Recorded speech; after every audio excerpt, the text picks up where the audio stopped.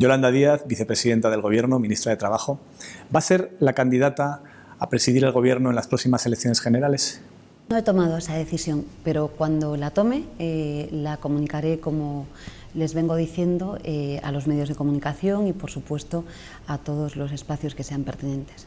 ¿De qué depende esa decisión? ¿Por qué no la ha decidido ya? Bueno, depende sencillamente del proceso ciudadano que hemos puesto en marcha y, sobre todo, de la escucha que he arrancado, que me parece del máximo interés. En definitiva, lo que más me atrae es el proyecto de país que queremos levantar colectivamente. Yo aprovecharé para hacer esa escucha de los profesionales, de los especialistas, de la gente común, pero creo que lo importante es que estamos viviendo en una sociedad española del siglo XXI con recetas que miran, ¿no?, hacia atrás, hacia el siglo XX, y que necesitamos repensar el país. Y, por tanto, esos grupos de trabajo que vamos a presentar este mismo mes, de profesionales, de coordinadores y coordinadoras, que van a trabajar durante meses para proyectar el país que queremos, y además siendo un país a favor, me parece de lo más interesante. Entonces quiero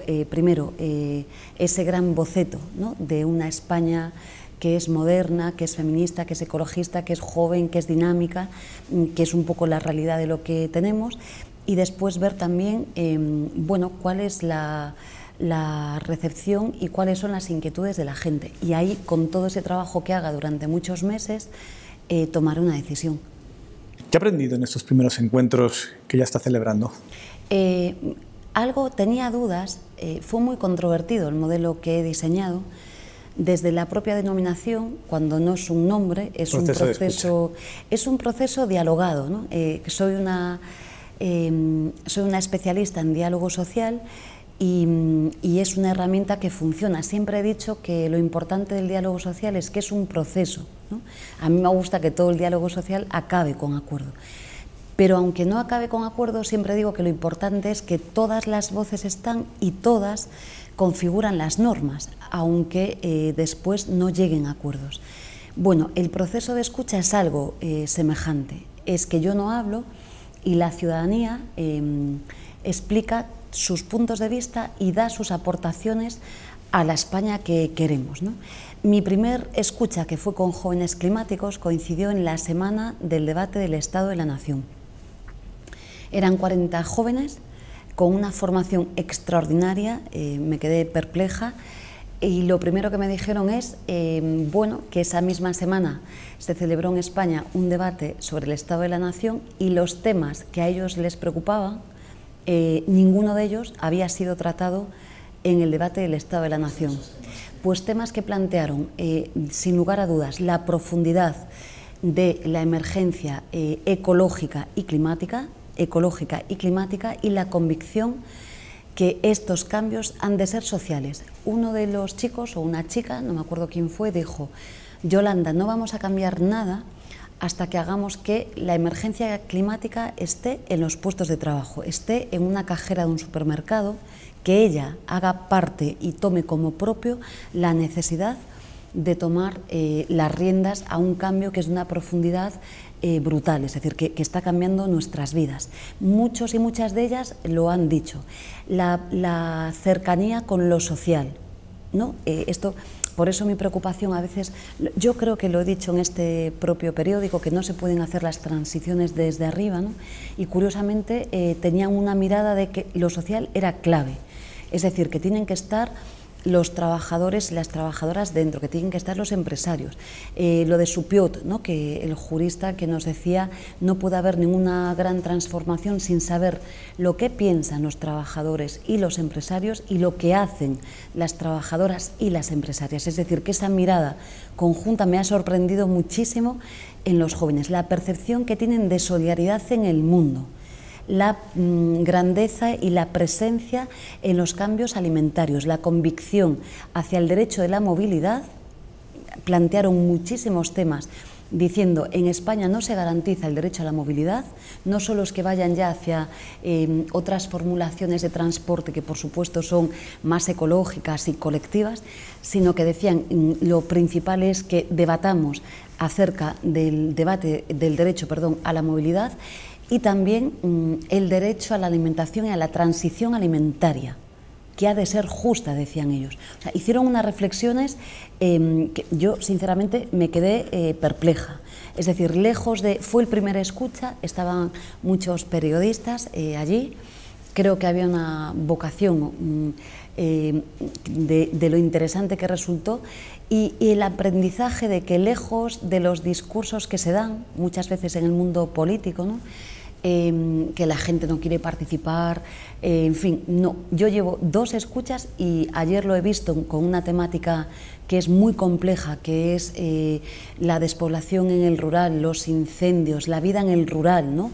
Como ayer nos decían en Galicia, como aplican desde despachos oficiales ratios que son las mismas para Madrid que para Ocourel, pues nos compete medio médico, ¿no? Cosas que, bueno, en fin, que son como disparatadas, ¿no? Bueno, vi que lejos de no querer participar, al revés, lo que quieren es ser protagonistas, que se les respete, que se hablen entre ellos.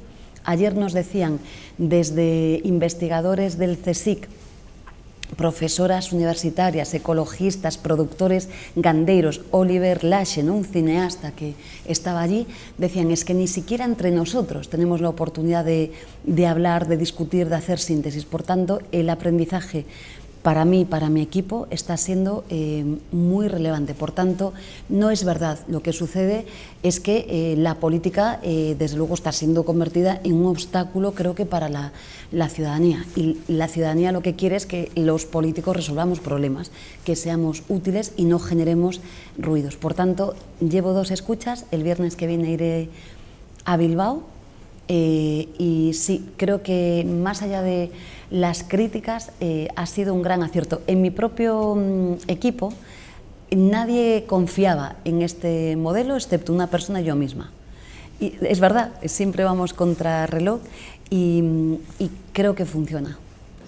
¿Y si decide finalmente que no va a ser candidata a la presidencia del gobierno, qué hará? ¿Dejará la política? ¿Volverá a Galicia? Bueno, ya sabes... había periodistas ayer, ¿no?, que cuando me vieron en mi tierra, en Galicia, me decían que les daba miedo porque pertenezco allí. Yo creo que tengo una pulsión sin resolver, ¿no?, que todos los días pienso en Galicia. Es verdad también, lo quiero decir con franqueza, que tengo una responsabilidad y también una única certeza, que soy una mujer progresista y en todo lo que yo pueda contribuir, bien sea en la política activa o desde mi despacho de abogados, vamos, en fin, como he hecho muchas veces. La política no se acaba en el Parlamento, también puede estar en un despacho de abogados. Vengo de una casa en la que me lo han enseñado muy bien y es más, se hace mucha más política en las AMPAs de nuestros hijos, en los colegios profesionales de abogados y abogadas, en fin, de médicos, mucha más, que a veces y con cambios mucho más importantes que en la política institucional. Pero con todo eso lo que quiero transmitir es que de todo lo que yo pueda aportar para que Feijóo y la extrema derecha no gobierne la Moncloa, lo voy a hacer. En esto sí soy clara. ¿Qué ha hecho mal el gobierno para que hoy el PP y una coalición del PP con la extrema derecha lidere todas las encuestas? Bueno, este gobierno, como todos los gobiernos y como todos los seres humanos, no somos perfectos, cometemos errores. Yo creo que el gobierno de España hemos hecho muchísimas cosas que tienen una relevancia brutal. Lo digo sinceramente, no por ser una entusiasta, y además creo que me caracterizo porque cuando hacemos cosas que están mal lo digo y para que se corrijan, ¿no? Y desde luego, empezando por la ley de eutanasia, la ley de la infancia, la ley del cambio climático, la ley de la formación profesional, todo lo que tiene que ver con el Ministerio de Trabajo, que ya lo dejo por extensible y sigo los riders. Somos un gobierno que somos pioneros en Europa, el gobierno, el presidente a la cabeza con la transición ecológica y nosotros mismos en el Ministerio de Trabajo, las dos grandes directivas que están ahora mismo debatiéndose, beben de las fuentes de las aportaciones del Ministerio de Trabajo. Es muy curioso cómo se ve muy bien en Europa y aquí no se ve tanto. Muchos elementos que son positivos, pero es verdad que el malestar social que hay existe. Yo lo he dicho, cuando salieron los productores, los ganaderos y los transportistas a la calle, los transportistas con los problemas, recordemos, ¿no?, por el impacto de la inflación, lo he dicho, los productores de leche, de lo que sea, había un problema, hay malestar, venimos de una gestión de una pandemia brutal que ha cambiado nuestras vidas. Y ahora mismo el impacto de una guerra que es real. La inflación entra todos los días por nuestras casas y está golpeando a toda la sociedad española y muy singularmente a los profesionales, a las clases trabajadoras, a la gente que menos tiene. Esto genera malestar. A las preguntas que se le formulan en el CIS y en otros institutos demoscópicos, a la gente se le dice cómo está la situación económica en general y dicen fatal, pero ¿cómo está la suya? Bueno, la mía más o menos, ¿no? Hay una divergencia enorme entre la percepción general de la economía con la situación individual. Yo sé muy bien que la política son sensaciones, no es lo que parece ser a veces, que esto a veces los políticos no lo entienden, ¿no? Por tanto, yo creo que el gobierno tiene que tener, primero, la altura de miras para acercarse y tener comprensión con lo que está pasando. Lo he dicho en aquel momento, los productores tienen razones para salir a la calle, lo he dicho muchas veces además, y desde luego esa proximidad para que la gente se sienta abrazada, ¿no? La política también es esto, y por supuesto tomar muchísimas medidas que influyan, ¿no? Por ejemplo, ahora mismo estoy trabajando, una de las principales cuestiones, ¿no?, que está generando, no estamos ante una crisis de demanda, no es esto lo que está provocando la inflación, ¿no? Lo decía estos días. No es que de repente se esté consumiendo más, sino ni que... mucho menos. Lo que está pasando, y el dato es claro, los salarios han subido al 2,56% y la inflación al 10,4%. Ergo, los salarios son víctimas de la inflación, no son los causantes de las mismas. Pero estos días, ¿no?, con los trabajos que han realizado la COAC y los consumidores en nuestro país, vemos el agravio y la afectación que tiene, porque no solo tiene afectación la subida de precios en los hidrocarburos y demás, y también, ¿no?, por los oligopolios que tenemos en nuestro país, tanto en el sector bancario como en el energético, es que la alimentación, los precios de la alimentación son un auténtico problema, ¿no? Y hablo de los productores y de los consumidores y de las grandes distribuciones que hay en nuestro país, que tienen un grado de concentración brutal. Tenemos 5 grandes distribuidoras que concentran el 50%, ¿no? Por ejemplo, que una de las razones de esa subida de precios está ahí, en la concentración en pocas manos del sistema. Todo eso influye, sin lugar a dudas. De distribución de alimentos. Esto es un factor de riesgo, nos vienen advirtiendo la concentración bancaria, nos vienen advirtiendo en el factor oligopólico que tenemos con la energía. Y aquí también pasa esto. En los datos que se hacían públicos en esta cuestión, vemos como a los productores valencianos, ¿no?, en la naranja, a ellos que son productores, pequeños autónomos o profesionales, les compran las naranjas a 0,15%, 15 céntimos. Y estamos comprando las naranjas por encima de 1,40. El incremento del precio es más del 500%. Le pongo más datos. Las patatas. Las patatas se le pagan a los productores de nuestro país en torno a 18 céntimos y se están vendiendo por encima también de 1,20, 1,40, no recuerdo ahora exactamente, multiplicando el porcentaje en el 575%. Los ajos, productores de ajo, que ha habido muchas veces polémica con esto, el incremento desde el productor hasta que se vende, hasta que llega a la distribución, nos llegan a los supermercados por encima del 800%, es una barbaridad. Alguien aquí se está enriqueciendo por el camino y está utilizando, ¿no?, la guerra de Irak, que además se está usando por parte de Putin el gas, ¿no?, como un arma, ¿no?, de guerra, sin lugar a dudas. Esto está pasando y hace imposible la vida de la gente, por supuesto de las personas que menos tienen, pero también de los profesionales. Es decir, las mayorías sociales, el incremento de los precios es brutal. En este sentido estoy trabajando para que exista un acuerdo con las distribuidoras y los consumidores en nuestro país, un acuerdo que consista en determinar una cesta de productos básicos, en torno a 20 o 30 productos en los que, como hemos hecho con el gas y otras materias, topemos los precios. Pues 20 o 30 productos que son básicos, que es la leche, que es el pan, que son los aceites, que son los huevos, que es la fruta, que una serie de productos que se definan y que ahí tiene que haber un compromiso con las grandes distribuidoras y con las asociaciones de consumidores para ser limitados. Y además se puede hacer perfectamente porque es un factor realmente de enorme importancia. Entiendo que consistiría en definir primero una cesta de productos básicos de primera necesidad para la alimentación, con una dieta equilibrada. Equilibrada y sana. Y pactar con las grandes distribuidoras que eso no puede subir de determinado precio. Y con los consumidores, correcto. Es decir, hablamos, fíjate, de incrementos del 500%, de 575%, son datos públicos, de más de 800%, no puede ser.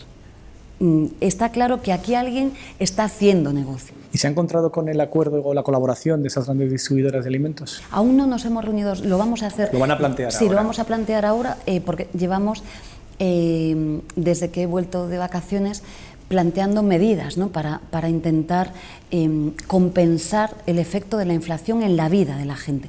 Pero este factor, ya el Gobierno de España pues está tomando muchas medidas en el sector energético. Estamos gravando con un impuesto, ¿no?, creado ex novo, una figura tributaria, a las entidades financieras. Pero hay que dar un paso más, porque la alimentación es imposible. Yo, bueno, lo llevo diciendo, hago la compra con normalidad, vamos, no, y las conversaciones, la gente tiene razón por estar molesta, yo creo, a la pregunta, ¿no?, que se me formulaba, y yo creo que hay una parte ahí de desazón, ¿no?, y además de incertidumbre, y el Gobierno sí tiene que estar próximo a abrazar a la gente, ¿no?, y desde luego actuar con mucha humildad, con muchísima comprensión, y sabiendo que el productor valenciano que vende sus naranjas a 15 céntimos y después ve como una enorme distribuidora, ¿no?, se lucra, bueno, pues yo creo que hay que llegar como una especie de acuerdo social, ¿no?,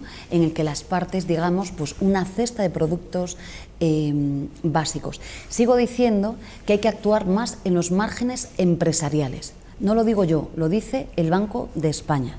Nos acaba de decir en su informe que la facturación en las empresas ha crecido en España un 45% y los beneficios, insisto, la fuente no es de nadie sospechoso, es del Banco de España, los beneficios son del 62%, por tanto, dice el Banco de España, hay margen para actuar en los beneficios empresariales. Y me parece que en la situación que tenemos de incertidumbre, de malestar, esto es lo que hay que hacer. Es usted la primera ministra de Trabajo que se pone del lado de los trabajadores y de los sindicatos frente a la patronal en un asunto tan importante como la negociación de los salarios. ¿Por qué lo ha hecho? También lo he hecho con los productores y los ganaderos cuando han salido a la calle. ¿Y por qué lo he hecho? Lo he hecho porque los sindicatos tienen razón y porque los sindicatos están defendiendo el interés general. Los sindicatos aquí no están actuando de parte. Yo soy una ministra que he hecho 14 grandes acuerdos sociales, podía haberlos hecho prescindiendo de la patronal y no quise hacerlo. Cuando la patronal española tiene razón y tiene buenas ideas, se la he dado. Y cuando los sindicatos tienen buenas ideas, también se la doy. Y cuando los sindicatos no tienen razón, lo he dicho en las mesas de diálogo social y públicamente. Y al revés. En esta ocasión creo que los sindicatos tienen razón y no defienden interés de parte, están defendiendo el interés general de la economía de nuestro país. 17 millones de asalariados en nuestro país.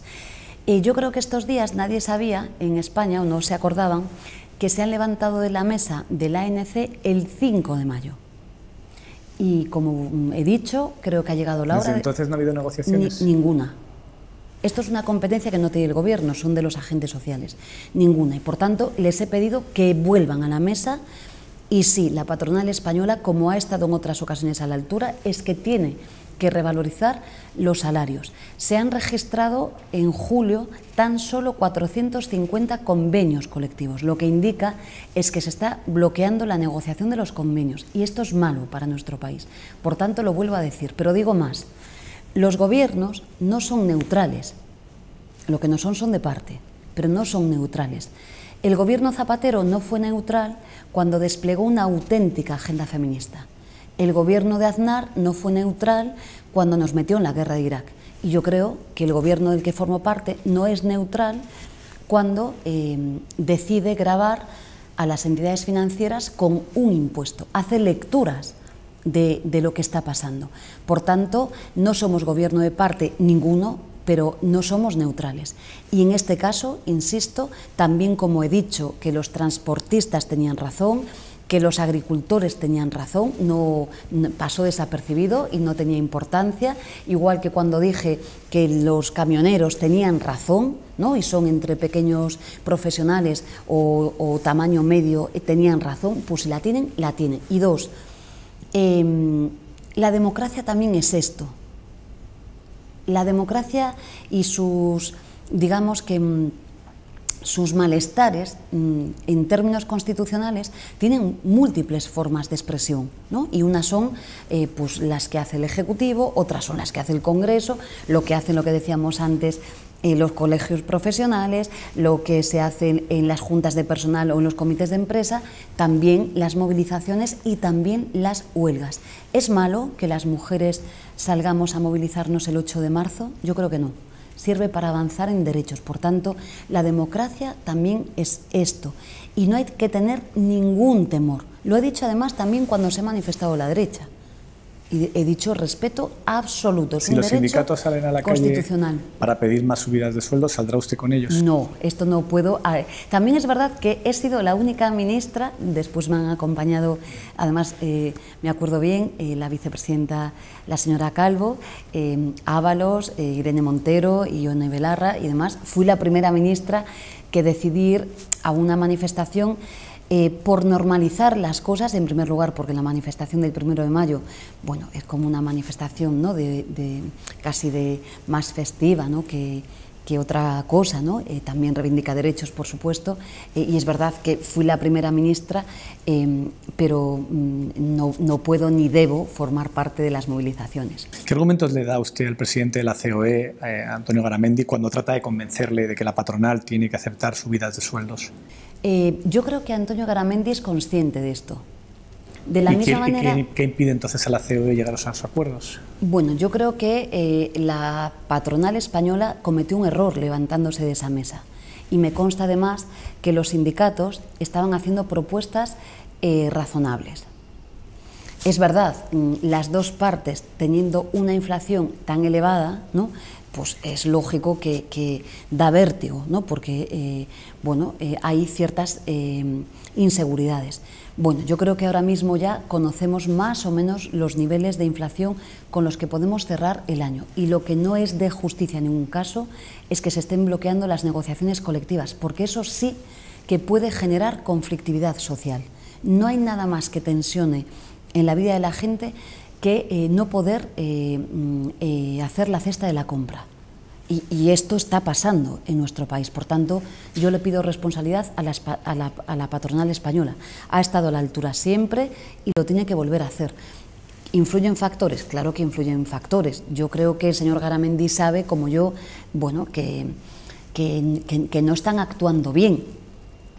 Lo digo con claridad, porque lo saben, que subir los salarios y bloquear el convenio en este contexto es brutal, es dejar a la mayoría social en muy malas condiciones. ¿Cuánto tiene que subir el salario mínimo? No lo voy a decir yo, nunca lo he dicho, no soy nada invasiva. Hoy he convocado al comité de expertos y de expertas, les he ampliado el mandato, les he pedido que actualicen los cálculos que han formalizado, porque se han hecho con los salarios del año 2018, que los actualicen al 22, les he pedido también en la ampliación del mandato, siguiendo una recomendación del Banco de España que decía, ojo, el salario mínimo tiene efectos en el empleo, pero también tiene unos efectos en la pobreza y en la desigualdad que son fundamentales. Les he pedido que estudien el impacto que tiene en la pobreza, en la desigualdad, el salario mínimo en nuestro país, también la mejora de las fuentes, y ellos hoy y ellas me han pedido otras, bueno, la mejora de fuentes de información y otros elementos. Como siempre hago, voy a esperar a que terminen sus trabajos.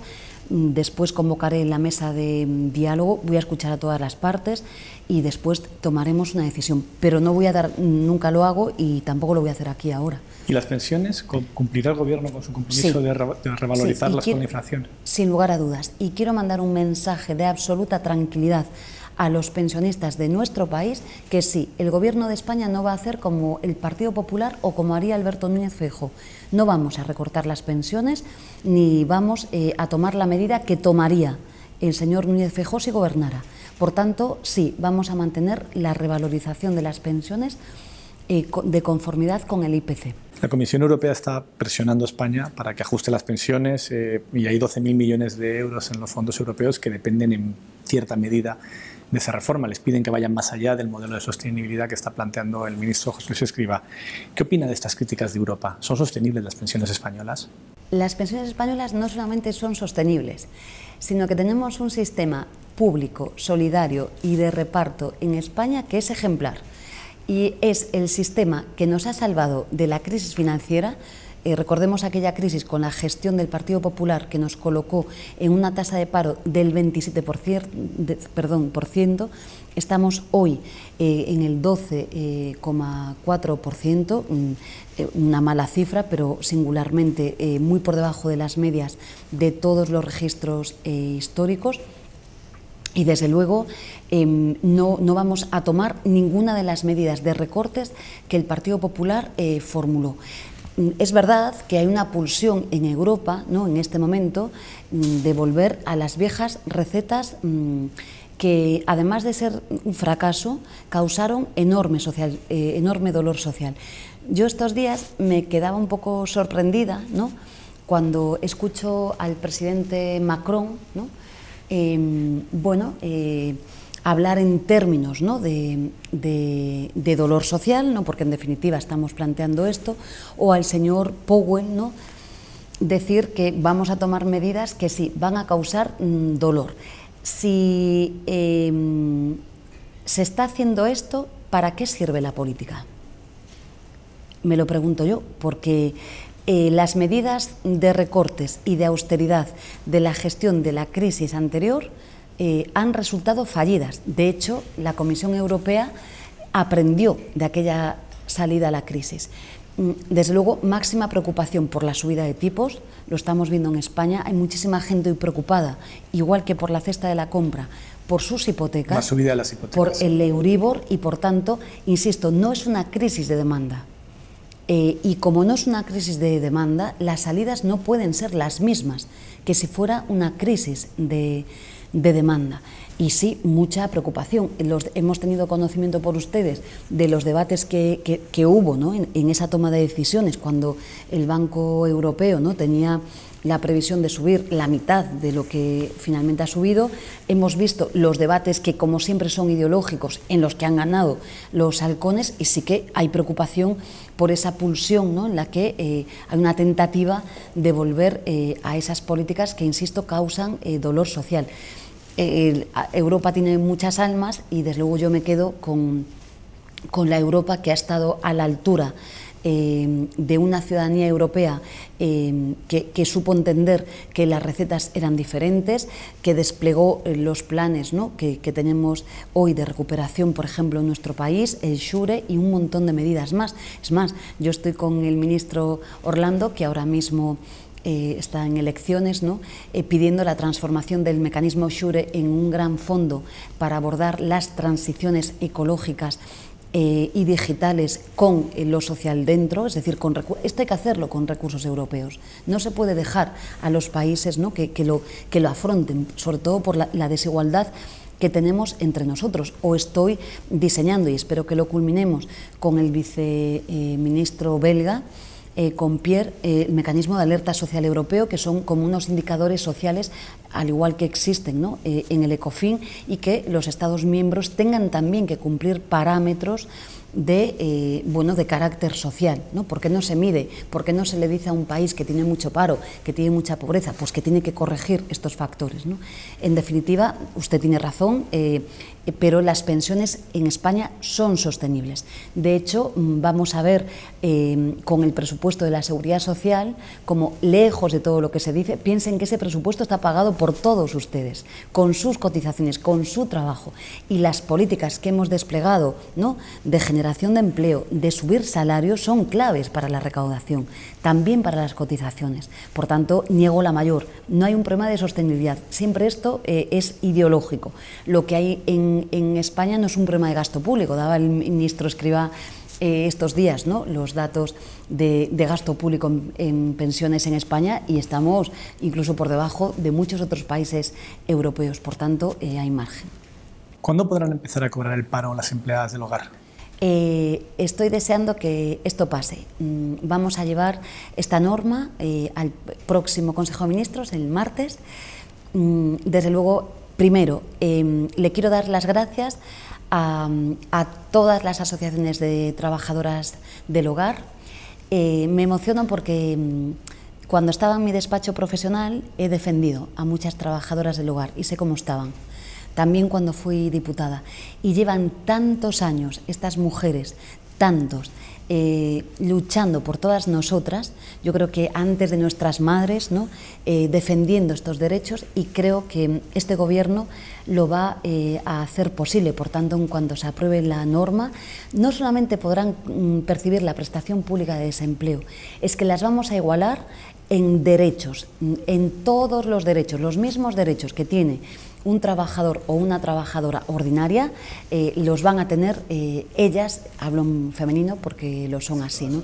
Y espero, desde luego, a la vuelta ahora también depositar, ¿no?, avanzar en estos derechos y depositar en Ginebra, en la OIT, también el convenio 190, que también va a coadyuvar a cambiar la vida de la gente.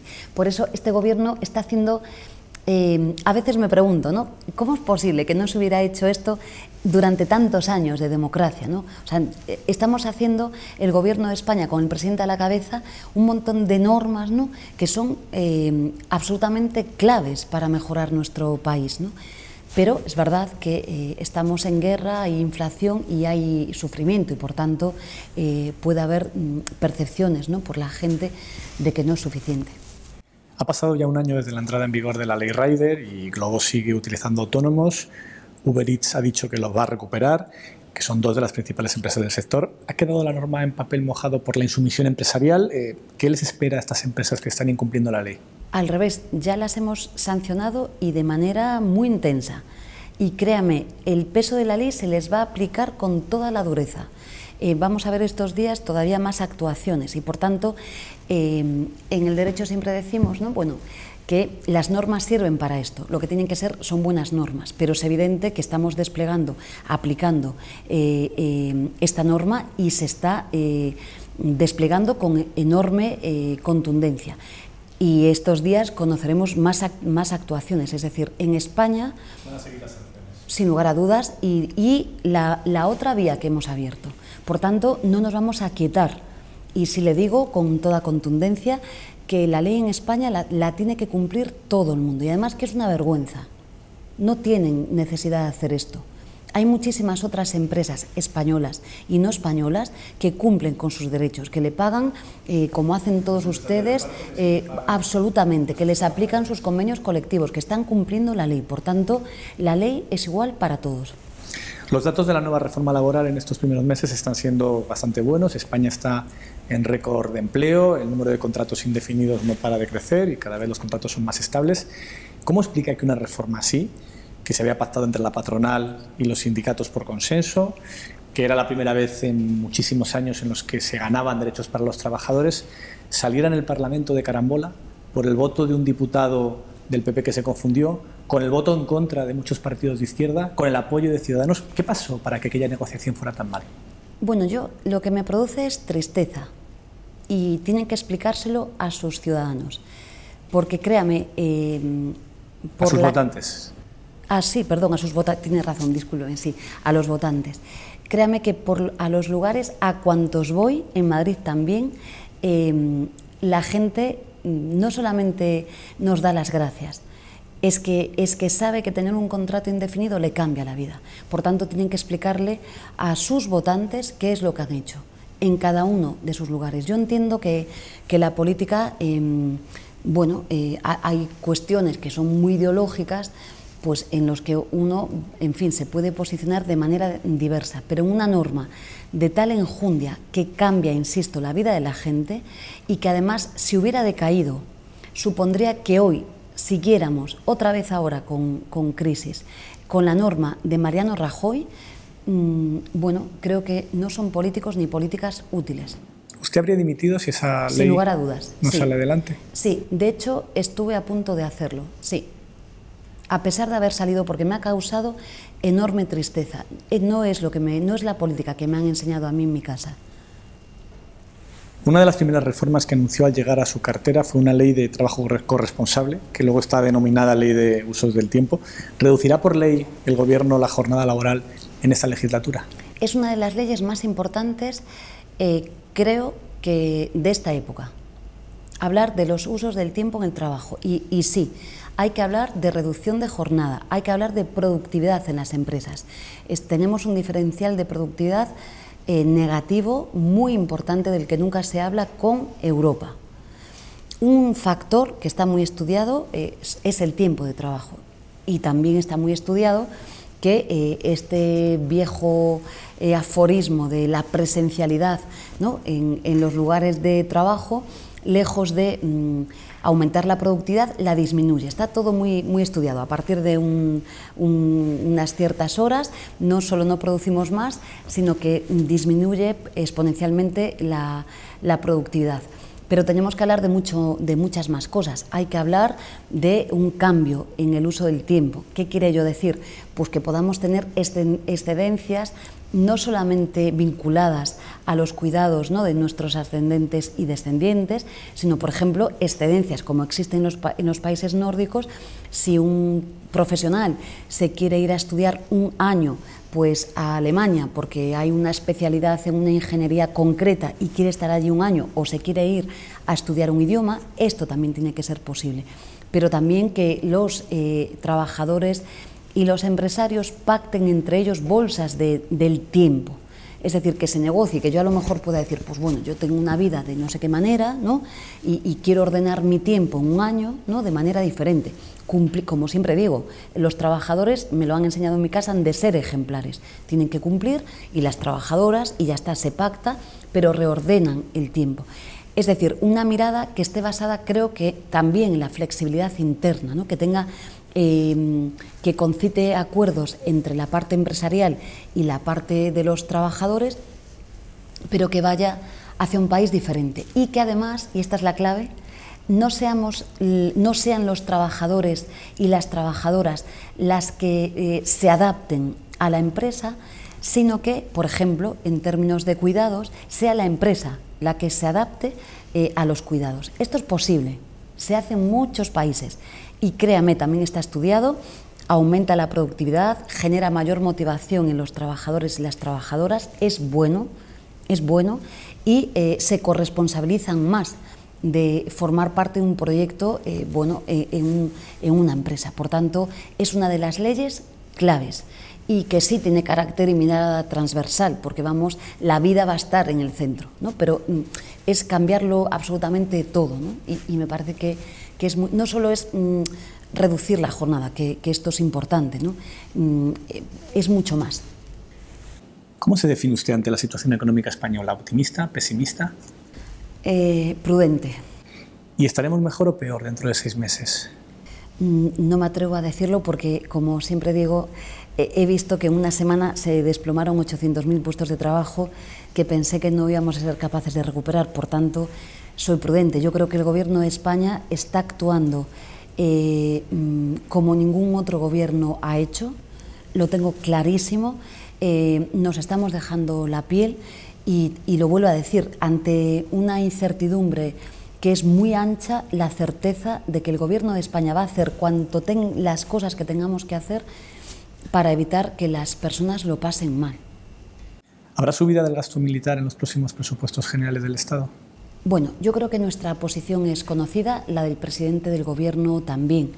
Creo que el presidente del Gobierno sabe perfectamente que aumentar, ¿no? Es verdad que es hasta el 2029, vamos a ver cuál es el porcentaje, lo que se está planteando, pero aumentar el doble el presupuesto de defensa supone incrementar el mismo de 11.000 millones de euros a 22.000. Por dar un dato, el Ministerio de Trabajo, que tiene materias muy sensibles, ¿no?, que son muy importantes, como la protección social, como los ERTEs, como elementos que son claves, tiene un presupuesto de 30.000 millones de euros. Este es un debate profundamente democrático. Lo único que le digo es que ese incremento en el techo de gasto que hemos negociado con la ministra Montero no está. El PSOE llevó a cabo hace un año una profunda remodelación de la parte socialista del Gobierno y ha cambiado varias veces la dirección de su grupo parlamentario. ¿Vería positivo hacer cambios en la parte de Unidas Podemos? Bueno, yo creo que no sé si vamos a arreglar demasiado con cambios, ¿no? Y máximo ahora mismo que estamos ya culminando la legislatura, ¿no? Desde luego, yo no estoy pensando en cambios y no sé si el presidente del Gobierno, que es la competencia exclusiva por excelencia, junto con la disolución de las Cortes, desde luego lo está pensando. Pero desde luego yo estoy trabajando con normalidad con todos los ministros y ministras. Usted hoy es diputada en una lista de Unidas Podemos. ¿Por qué cree que hay que crear un nuevo movimiento? ¿Unidas Podemos ya no sirve para lo que sirvió hace unos años? Yo soy diputada por Galicia en Común. Cierto. Es que no es lo mismo. Sí. Pero forma parte de... Es verdad. Está sí, dentro sí. de Unidas Podemos. Sí. Y me preguntaba, perdón. ¿Por qué hay que crear un nuevo movimiento? ¿No sirve Unidas Podemos para esta nueva etapa? Es que no hemos creado una plataforma electoral.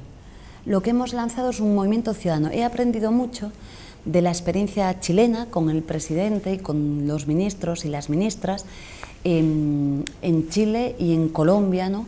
Los grandes cambios y ser capaces de llegar al gobierno fueron a través de movimientos ciudadanos. Y creo que esta es la clave. El problema que tiene nuestro país ahora mismo es una enorme desafección ciudadana, una brecha enorme. Es el principal problema que tiene el país. No es el paro. Es que yo creo que no somos conscientes. Y todas las series y todos los datos que nos da el CIS mensualmente y otros institutos, nos da igual, no miramos para eso. Lo prioritario es conseguir recuperar la confianza de la gente en la política. Sin lugar a dudas. Y este aprendizaje que tengo, que yo misma tenía dudas de si la ciudadanía quería o no participar. Y es verdad que estoy arrancando, pero la ciudadanía quiere participar. Yo estoy sorprendida desde que arrancamos el 8 de julio, la cantidad de gentes inscritas, las personas que están, aunque sea un poco prosaico decirlo, ¿no?, haciendo contribuciones económicas a sumar, la gente que se está sumando para participar en los grupos de trabajo, evidencia que quieren... ¿Ha entrado ganas de la gente de participar? Sí. De verdad, ¿eh? O sea, si usted viniese conmigo por la calle, me pasa con mucha frecuencia, me paran y me dicen, yo soy fontanero o soy una enfermera, quiero estar aquí.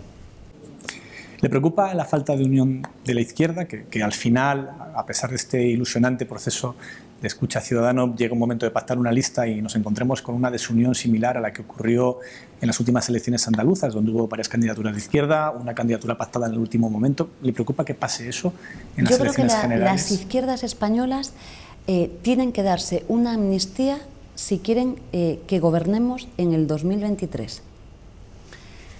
Soy clara. Una amnistía se declara cuando se está en guerra. Una amnistía porque yo voy a lugares en los que da igual lo que uno piense, es que se llevan mal, es que están todos enfadados con todos, es que no hay racionalidad. Es que ni siquiera se escuchan. ¿Y es una cuestión política o personal? Hay de todo. Yo como vengo de Izquierda Unida tengo experiencia. En política he visto los mayores amores y los mayores odios. Es brutal. En la vida ordinaria no nos movemos así. Y parte de lo que hay en las izquierdas españolas, que son todas, es el PSOE, es todos nosotros, todos nuestros... Es que es una cultura que, bueno, que viene de lejos y, por tanto, yo creo que démonos una oportunidad y démonos una amnistía para ganar en el 23. ¿Por qué no quiere que participen los partidos en los actos de Sumar? Porque, no, en los actos sí. Bueno, en el proceso de escucha. En el proceso de escucha también. En Sumar puede participar todo el mundo. Lo que no estamos haciendo es un partido, ni estamos hablando ahora de un proceso electoral. Pero en Sumar cabe todo el mundo, no le pedimos el carné a nadie. Pero se ha pedido a muchos partidos o a políticos que no acudan a los primeros actos de... No es verdad eso. En el acto del 8 de julio, yo misma le he pedido a las figuras número 1, por decirlo así, de todos los partidos, he tenido una conversación con ellos y ellas y les he dicho que les parecía y me dijeron que el procedimiento era ciudadano y que, por supuesto, que no debían de estar los números 1. Y de hecho me consta, había miles de personas el día 8, yo estoy asombrada de la cantidad de gente que había y había muchísima gente. Es verdad que también me dio mucha satisfacción porque hacía muchísimo tiempo, pero mucho tiempo que yo no veía tanta gente joven ni tantas mujeres. Pero vamos, en los escuchas participa y en los escritos me consta que también, es decir, que quiero decir que en Sumar cabe todo el mundo, no se le pide el carné a nadie, pero es verdad, es un movimiento ciudadano y ahora mismo no es una plataforma electoral. Y para esa amnistía, ¿cuenta con Íñigo Errejón y Mónica García para su proyecto? Cuento con todo el mundo. A mí no me van a ver nunca discutiendo en torno a siglas, en torno a nombres. Me van a ver discutiendo lo que me interesa, que son proyectos políticos. Proyectos políticos, ideas, qué queremos hacer con la sanidad, con la tecnología, con el 5G, qué queremos hacer con los medios de comunicación en nuestro país, qué queremos hacer con los indultos, qué queremos hacer con lo que le interesa a la gente. Ahora, discutir sobre... No, somos todos los mismos. Todos somos los mismos y, lógicamente, tenemos matices. Y, afortunadamente, menos mal que tenemos matices. Lo vuelvo a decir, en esta casa hay un periodista gallego que me conoce de lejos, José Precedo, que yo creo que ya debe estar aburrido de las veces que me lo ha escuchado en Galicia, y es que la gente no quiere que pensemos igual. Lo que quiere es que caminemos juntas y lo que no quiere es que andemos a tortas entre nosotros. Y esto es un principio vital. Uno puede pensar lo que quiera y tener los matices que quiera. Ayer lo decía en el escucha que tuvimos, incluso algunos de los participantes lo dijeron. También hay que aprender a discutir. Y esto es clave, porque se puede hacer síntesis, ¿no? Lo de ir al diálogo social para sí o para no es clave. Entonces, ¿a qué estamos aquí? ¿Para cambiar el país o para qué? Entonces, sí, yo insisto, una amnistía para que, junto con el Partido Socialista, podamos gobernar en el 23. Podemos ha planteado ir en coalición con Sumar, con su proyecto, pero no dentro de él. ¿Le convence esta propuesta de coalición? Ya la hemos conocido en Castilla y León y en Andalucía. No va de suma de siglas. El propio Pablo Iglesias lo dijo y yo creo que tiene razón. Mi posición es conocida tanto en el caso de Castilla y León como en el caso de Andalucía. Él mismo lo ha dicho y yo creo que tiene razón, no va de suma de siglas. En Galicia hicimos otra cosa, ¿no? Y creo que no va de suma de siglas. ¿Qué opina de la destitución de Enrique Santiago como secretario de Estado de la Agenda 2030? Tiene que contestar a esta pregunta la señora Belarra. Lo que sí que sé es que va a hacer un trabajo fundamental como diputado y que va a sumar. ¿Va a sumar en su proyecto? Va a sumar sin lugar a dudas, sí. ¿Es compatible que Podemos y Más Madrid compitan en Madrid en las elecciones autonómicas? Ya ha anunciado Mónica García que descarta una lista conjunta, una alianza, y después concurran juntos en una lista con usted. Desde luego, yo voy a trabajar de aquí al 23 para que todo el mundo sume. Los audios de Villarejo que hemos conocido en estos últimos meses han desvelado una trama gravísima contra la democracia. cómo el partido del gobierno utilizó a la policía para perseguir a sus rivales políticos. En aquel momento el gobierno era el PP, los partidos perseguidos eran ustedes, Podemos, los independentistas, por parte de sectores del Ministerio del Interior descontrolados o controlados desde mandos políticos y con el apoyo de medios de comunicación que difundían noticias falsas. ¿Le preocupa que empleen contra usted las mismas técnicas? No me preocupa que las empleen contra mí. Me preocupa que no es contra mí, es contra la democracia. Y esto es muy grave. ¿Y esto cómo se evita? ¿Qué cree que hay que hacer con los medios de comunicación? ¿Habría que regularlos?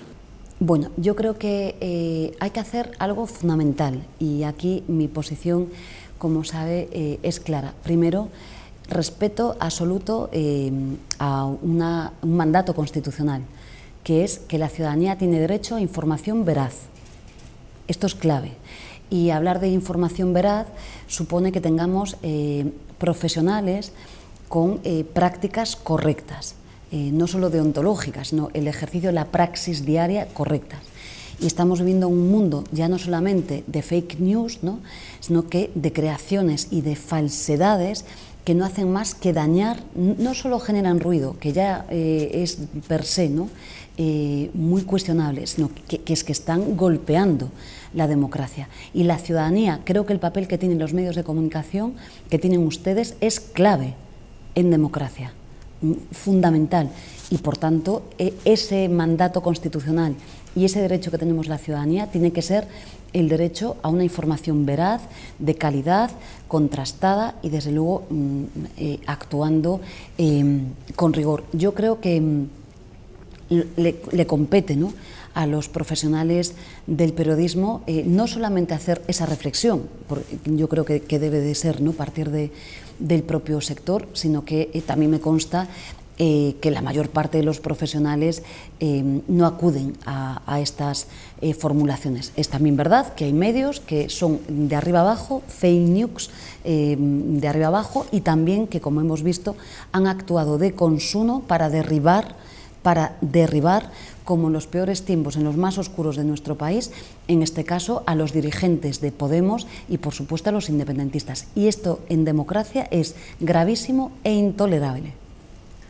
¿Le preocupa la polarización? Hemos conocido recientemente un intento de asesinato a la vicepresidenta argentina, Cristina Fernández de Kirchner. Es un país donde la polarización es tan extrema que allí lo llaman la grieta, una división enorme de la sociedad. ¿Le preocupa que esa división que también está ocurriendo en España vaya más? Muchísimo, llevo mucho, yo creo que ya desde la pandemia lo llevo diciendo, incluso creo que defendiendo en el Congreso y en el Senado otra forma de hacer política. El ruido no aporta nada a la sociedad española. Los insultos no aportan nada a la sociedad española, nada. El que se crea que porque insulta tiene más firmeza en sus posiciones es que no sabe de qué está hablando. La polarización no genera más que polarización y violencia. Y es verdad, el clima a veces es irrespirable, es que ya ni se escucha lo que decimos, da igual. Y sin embargo, yo vengo de un ministerio, ¿no?, en el que curiosamente se trabaja de una manera absolutamente diferente. Brutal. Total, pero es que ya les digo siempre que me gustaría que entrasen, ¿no?, que tengo varias mesas de diálogo abiertas, me gustaría que los, ya sé que no se puede, pero que los medios de comunicación entraran a una de esas mesas de diálogo y vieran cómo trabajamos. Es que es una insensatez lo que está pasando, ¿no? Imagínese que usted, que yo, ante las preguntas que me formula a veces la oposición, actuara como ellas. No lo voy a hacer jamás, ¿eh? En fin, es un bochorno, es un espectáculo. ¿Cree que sería un error un adelanto electoral que coincidiera las generales con las autonómicas y municipales en mayo? Yo creo que la decisión de las elecciones le compete al presidente del Gobierno. Ahora bien, estamos en crisis. Y yo creo que lo que le faltaba a la sociedad española ahora mismo es que tuviéramos elecciones generales. Lo digo quizás aquí ejerciendo de ministra de Trabajo y volcada de lleno en la gestión. Nos estamos estamos terminando un montón de normas. Me preguntaba usted por la norma de las trabajadoras del hogar. Estamos trabajando con los expertos, a los que aprovecho la entrevista para darles las gracias. Son de los mejores economistas de nuestro país y están por su país trabajando para determinar y subir el salario mínimo. Estamos con la mesa de los becarios, que va a acabar con una parte de la precariedad que es muy grave todavía en nuestro país. Estamos con la mesa del diálogo social, de la formación, ¿no?, después de la deficiencia que tiene la norma, el diseño, el mal diseño que hizo el Partido Popular, recuerden, en su momento. Estamos transponiendo la directiva de conciliación a 1150, hablo solo de mis competencias. Estamos vamos a ir en diciembre, si todo sale bien. Mucho trabajo y mucha agenda legislativa. Para bien del país, por tanto ¿Y va a terminar la coalición siendo coalición hasta el último momento? ¿O van a romper antes? No tengo la menor duda. Eso es vieja política y política muy masculina. No me van a ver a mí, de verdad, más que cooperando. Y si decido presentarme a las elecciones, no me van a ver más que cooperando. Es verdad, tenemos proyectos diferentes, el Partido Socialista y nosotros. Tenemos políticas diferentes en muchas materias. No compartimos, por ejemplo, la posición que se lleva en la Ley de Secretos Oficiales. Nosotros entendemos que tiene que haber una reforma tributaria, por fin, que nos coloque en el siglo XXI. Estamos, aunque ahora por mor de las medidas en pandemia, estamos a 4 puntos de distancia de presión fiscal, pero es coyuntural, con Europa, la estructural son 6 puntos, queda mucho margen, tenemos diferencias pues en materias de tanta sensibilidad como son los derechos humanos y la migración, tenemos proyectos diferentes, pero no me van a ver a mí, como muchas veces me plantean, distrayéndome. Tengo muy claro a quién tenemos, ¿no?, que frenar. Y desde luego, lo vuelvo a decir, de lo que de mí dependa, Alberto Núñez Feijóo no entra en la puerta de la Moncloa en el año 23. Usted conoce muy bien a Alberto Núñez Feijóo y alguna vez lo ha descrito como un gran adversario. ¿Cuál diría que es su punto débil y su punto fuerte? Alberto tiene muchos puntos débiles y creo que lo que hay que hacer con Alberto es discutir con él sobre proyectos y modelos de país. Y verán ustedes cómo se van a encontrar a un Alberto que no representan más que el pasado. Las políticas que está dando el señor Feijóo en este momento son propuestas a las que pasamos página ya hace muchos años. Es decir, estamos ante un Alberto Núñez Feijóo que da respuestas públicas a la sociedad de los años 90, se quedó en ella. Es decir, Alberto Núñez Feijóo sigue diciendo que hay que recortar el gasto público. Imagínese recortar el gasto público en este momento. Como sabe que esto es complicado, cuando se le pregunta no concreta. No hay que subir el salario mínimo, no hay que revalorizar las pensiones de conformidad con el IPC, y no tiene ninguna alternativa económica para nuestro país que no sea más que una bajada generalizada de los impuestos. No hay ningún partido popular europeo que defienda tamaña propuesta, porque lógicamente permitiría de facto, ¿no?, que pues empezáramos a recortar parte de los servicios fundamentales. Por tanto, con Alberto Núñez Feijóo lo que hay que hacer es contrastar modelos, y verá la sociedad española como que la propuesta que tiene como proyecto, sin lugar a dudas, es la misma del viejo Partido Popular, es la de siempre, no tienen otra propuesta que bajar impuestos y, desde luego, no está engarzado con la sociedad moderna. Que Alberto Núñez Feijóo nos diga hoy a las mujeres con 16 años que no pueden abortar sin el consentimiento materno, es que vive fuera de la realidad de la sociedad española. Hace poco, Alberto Núñez Feijóo ha pedido doblar la partida estatal para las ayudas a la compra de libros de texto, después de eliminar me acuerdo muy bien de lo que él hizo, la primera medida que tomó, y además cómo la justificaba.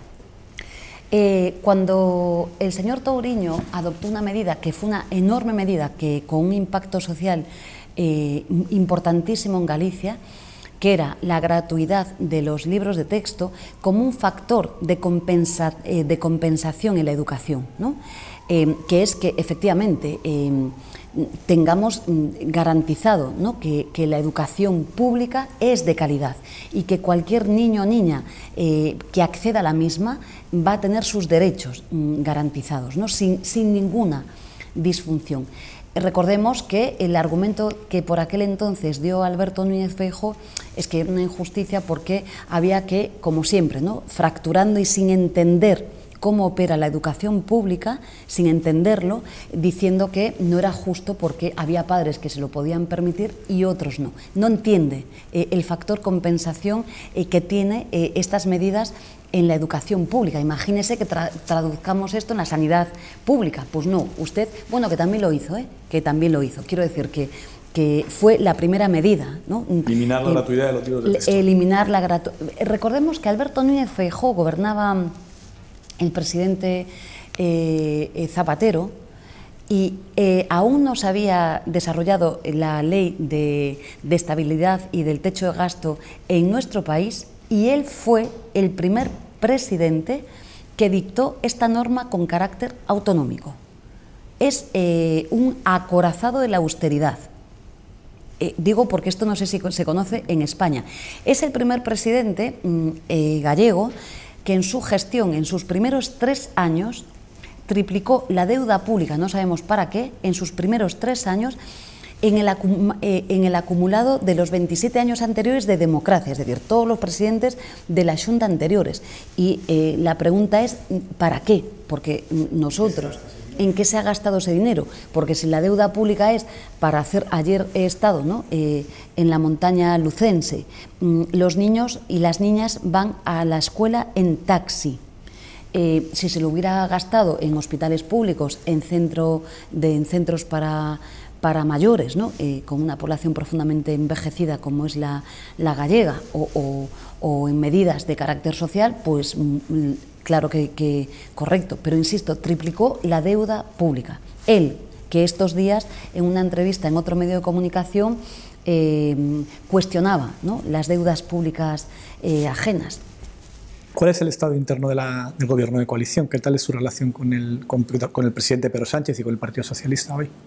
Yo creo que la relación con Pedro Sánchez, ya le digo yo que magnífica, ya no solo por afecto personal, que desde luego yo se lo tengo al presidente del gobierno, y por supuesto lealtad y respeto, pero es que es verdad que es positivo, y créame que yo creo que hasta está la gente sorprendida porque estamos como muy en silencio, ¿no? Llevamos de negociaciones muy importantes antes de irnos de vacaciones.